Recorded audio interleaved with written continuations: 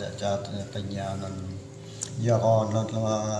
dân vô là lu nhiều có không còn là nhiều có chẳng có tốt mà vừa là tốt ngạn là phải mua có lại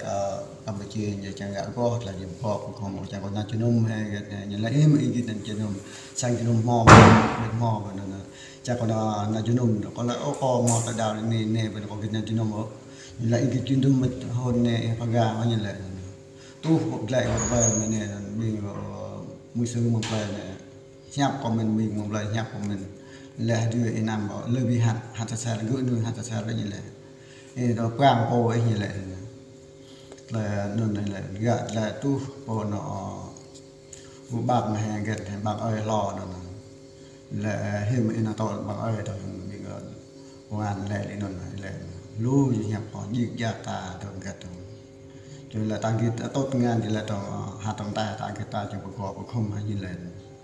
có ba giờ có kha và những đề tại bây giờ có dùng ngạn tự cho có lua chặt bài là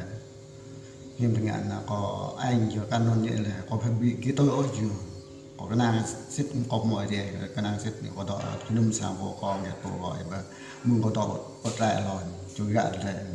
có pi vô biết phải là lu chợt là mừng rạ là cho mạng còn là lu là na cho vừa rạ làm cho cái đó cho được cô cho và mùng này là cho ngạo dòng có sản nọ còn nào có chế phơ là cho ngạo còn là dòng một nạn này không huệ và như là cái tê của chúng cái bây giờ như là trọt để dùng lại hạt chú nung thôi như là bị đê gà như là cho ta mang bằng đồng lại nó lo cho ta mang chắc là ta thì có cái nào cho nó 2000 cho bạn lo rồi nó nên là thun cho bạn lo tôi thun nó 2000 người dân lại là nên là mua ra ơi là nó ơi là cho nhang cho bà có chấp chàng của cho bố thì bố có hết xài nhiều dân bà cho bố giờ sáng này sáng mà này tu sáng ăn thì chơi có chốc này là mô này là nó có bí hơn biết rất là nhầm như lên nó có đó ta mọi thế cái năng ở đây và ta cho nung thì cô có cái bò để nó mình ở đây bằng tay thôi cái thằng mình anh thôi yêu rồi lên muốn cột lại bắt tay là thuần nó cho bà lo là muốn luôn còn từng cái ngàn lẻ tốt cái này là muốn mua lại thì anh vừa tôi có một thỏi chữ vừa có một nhầm có bị thỏi chữ này lại có nhà cho mình sang như vậy là mình anh tôi nói như còn là vấn đề là mình đi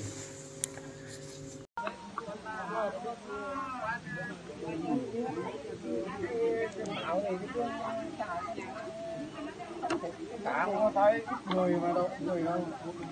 đặt người đi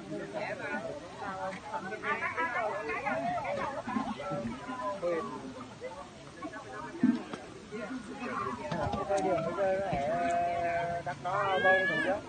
ngay đặt chấm để bông quá bây giờ trong này chỉ cần một người lấy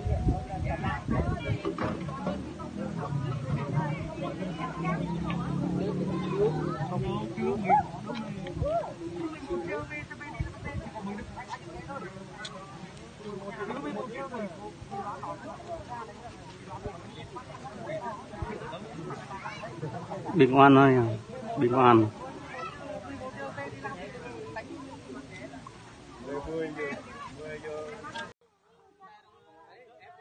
bây giờ là anh em ở đấy là vào là tuyên truyền là chủ yếu là mục đích chính đúng không? Rồi. Là anh em đi riêng. Thì anh quay em quay lại thôi. Anh quay là cái tiếng nói của em thôi. Rồi thì em cũng thế thôi. Bọn em có tội gì? Quay làm gì? Ý là nó bảo là kêu là về xong anh mệt lắm rồi. Thả chạy không bị xong này biết là trong làng. Rồi em từ bấy là trên cam này ngồi nó không bị xong rồi. Anh Toàn em làm thấp mình xong như thế nào? Các làm nó bọn em chỉ cần nói thế thôi thôi anh kiếm anh có quyền của các anh. Anh em mình nói thẳng thế là vào rồi cứ nói đàng hoàng thôi, anh cứ ra rồi chắc con phải anh quay lại. Anh có điện thoại, em cũng có điện thoại, không phải là em không có điện thoại đâu.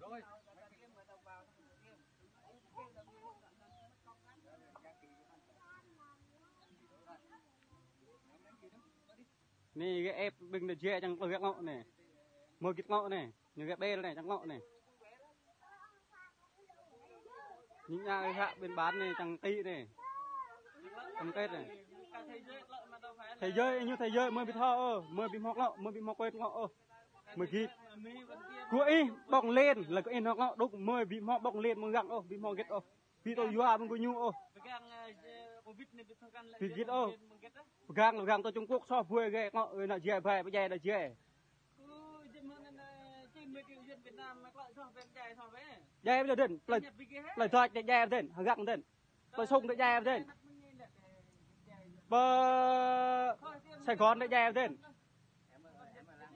em không biết làng nào kệ làng nào đấy chứ này cái ép này ép quả đáng luôn ép ghét lọ này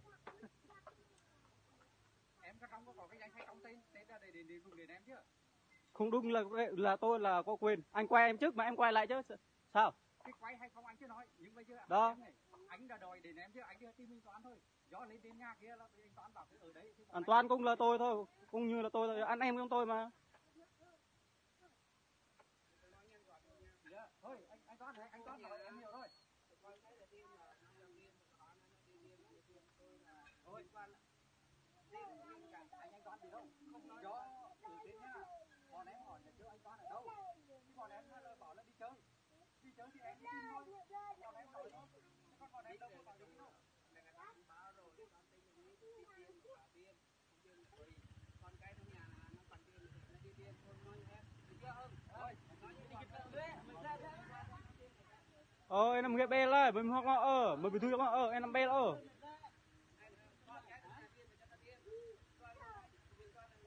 mình bị mọc lại nhấp nhạc dọc sầm mọi nhắc lại mới bị mà thui nôn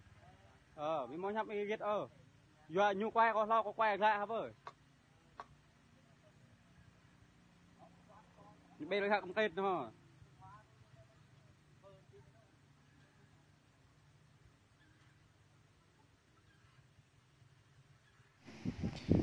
nó mệt vả là riêng lặp lại bố lấy có biết bằng lại tiếp bình độc na cả đàng con sàn này nhiều nào bởi nạ buồn sang ta lên lúm ta như cái hạt rẻ nhiều pre đang nạ buồn sang ta mớ chơi mớ nó kẹt kri lên trong tôi lăng cả nạ buồn sang ta vừa học lại cùng cốp nó như po này lại gặp ta rụp cự vừa ta biết bằng lại tiếp rạ này giàu cô càng cứ mút lại đau lên trong càng nâu cả lấy bình độc na kẹt kri giờ trong nó mệt vả cái này này bút po này rằng chầm cứ tay cứ chốt cái lên lại dùng cứ mà giờ ta cứ một nẻo một cột po này cái gì này giờ nó lại ngốt cái nào buồn sang ta bút lùm ta lại lan ta tiếp một độc này dần nhục bút thao khắp bút thao về lăng cái ta bộ giờ nó mệt vả dòng tề là đoạn chặt này giờ cất lại giờ ta pí bằng nó giờ hăng lấy tiếp giờ hăng cái nào buồn sang ta bộ một là ngày là đảo thứ ta ai tụ lan chặt Việt Nam nhiều bút khô cái nhưng bà